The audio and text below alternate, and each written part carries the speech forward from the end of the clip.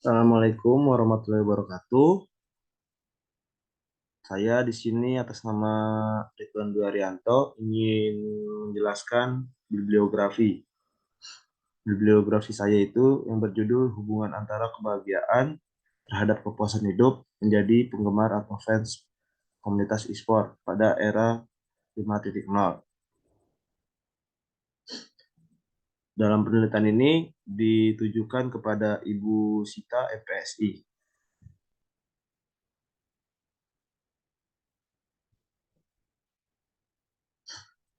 Dalam penelitian ini juga memiliki sebuah problem.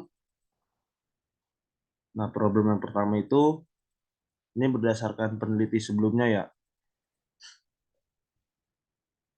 dilakukan penelitian perlu dilakukannya penelitian menggunakan kebahagiaan IV-nya dengan kepuasan hidup sebagai DV-nya. Nah, teori yang membahas kebahagiaan dan kepuasan hidup beberapa terkhusus kerana pekerja, pelajar, ataupun mahasiswa. Lalu selanjutnya, penelitian ini berfokus terhadap kalangan masyarakat Jakarta yang bermain game, yang menyukai pada game online tersebut, yang mana belum banyak ditemukan pada riset-riset terkini. Sehingga pada penelitian selanjutnya, saya akan membahas kedua variabel ini dengan judul hubungan antara kebahagiaan terhadap kepuasan hidup menjadi penggemar atau fan e-sport di era 5.0 yang belum diteliti oleh peneliti lain, sehingga dapat dikatakan penelitian ini memiliki novelty atau kebaruan dan mengisi ruang kosong pada penelitian terkini. Dalam research question, apakah ada hubungan antara kebahagiaan dengan kepuasan hidup menjadi penggemar atau fans sport di era 5.0 ini? Ini background pertama, background of research. Saya membahas tentang internet terlebih dahulu. Lalu di paragraf kedua saya membahas tentang masa remaja atau anak-anak remaja. Di paragraf ketiga saya membahas tentang teknologi. Di paragraf keempat ini saya membahas inisial elaborasi antara kebahagiaan dan kepuasan hidup. Lalu ada elaborasi. Di elaborasi ini saya yang pertama itu menjelaskan tentang kepuasan hidup atau definisi kepuasan hidup dan definisi dari kebahagiaan. Yang paragraf kedua saya menjelaskan bahwa penting loh kebahagiaan itu dalam hidup gitu. Dan apa orang mau bahagia juga harus perlu waktu gitu loh. Selanjutnya di paragraf ketiga saya membahas tentang hubungan erat nih antara kehidupan dengan kebahagiaan. Nah, di paragraf terakhirnya ini saya membahas keseluruhan, maksudnya hubungannya antara kebahagiaan dan kepuasan hidup. Hipotesis adanya hubungan antara variabel kebahagiaan dengan variabel kepuasan hidup. Lalu selanjutnya di Profile Studies ini saya menjelaskan atau meringkas jurnal untuk acuan saya ke depannya dalam penelitian ini. Yang pertama itu jurnal pada tahun 2018 yang dibuat oleh Yolande Van Zyl dan Manuel Durup yang berjudul Self-Efficacy and its Relationship with Satisfaction with Life and Happiness among University Students. Lalu di jurnal kedua ini yang diteliti pada tahun 2012 yang berjudul Happiness and Satisfaction with Work Commute. Lalu yang ketiga, untuk jurnal acuan saya juga ada yang diteliti pada tahun 2013 yang berjudul The Relationship Between Sexual Quality or Life of Life, Happiness and Satisfaction with Life in Married pada the Turkish Woman, pada wanita Turki.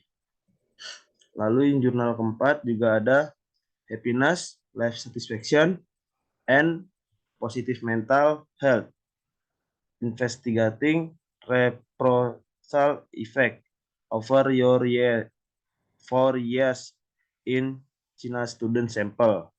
Ini diteliti pada tahun 2019. Lalu jurnal yang terakhir juga diteliti pada tahun 2015 yang berjudul Strength of Character, Orientation to Happiness, Life Satisfaction, and Purpose in Singapore, pada di Singapura. Lalu di sini metode dan partisipan, desainnya itu jelas kuantitatif metode. Yang kedua ada operasional definisi. Ini saya mengangkat definisi antara kebahagiaan dan kepuasan hidup. Lalu selanjutnya data collecting instrument, yaitu skala. Yang pertama skala satisfaction with life scale atau SWLS yang dibuat oleh Jenner pada tahun 1985. Lalu yang kedua ada skala subjective happiness scale atau SHS yang dibuat oleh Lyubomirsky dan Lipper tahun 1999. Nah, populasi dan sampel saya ini ada pada remaja sampai dengan dewasa yang berada di Jakarta. Data analisis. Data analisis saya ini karena saya mengambilnya hubungan, jadi datanya correlation analysis atau analisis korelasi. Ini untuk referensi yang sudah saya cari dari beberapa waktu. Dan ini untuk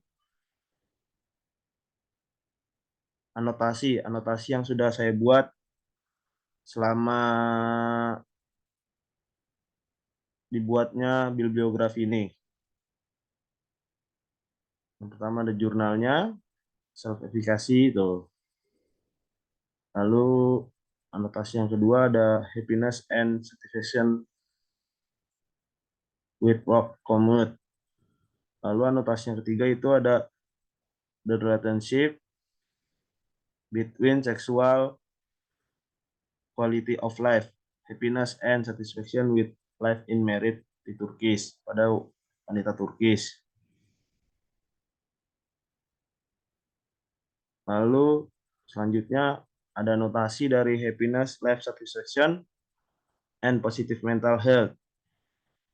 Investigasi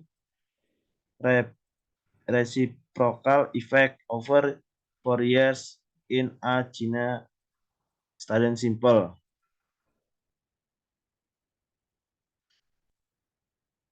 Ada notasinya. Lalu di sini juga ada anotasi yang terakhir, ada strength of character, orientation to happiness, life satisfaction, and purpose in Singapore.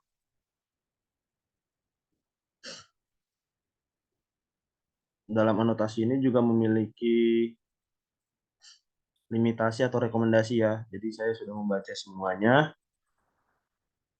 yang tertera di limitasi dan rekomendasi pada hal tersebut.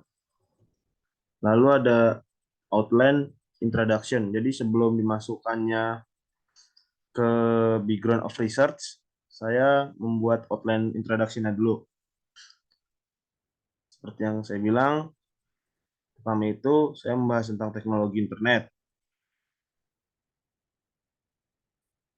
Lalu yang kedua, saya membahas tentang dampak dari kecanggihan teknologi untuk anak remaja.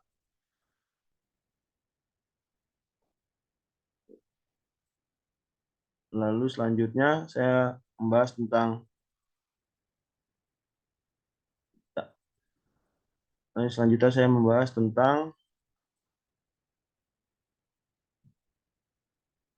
perkembangan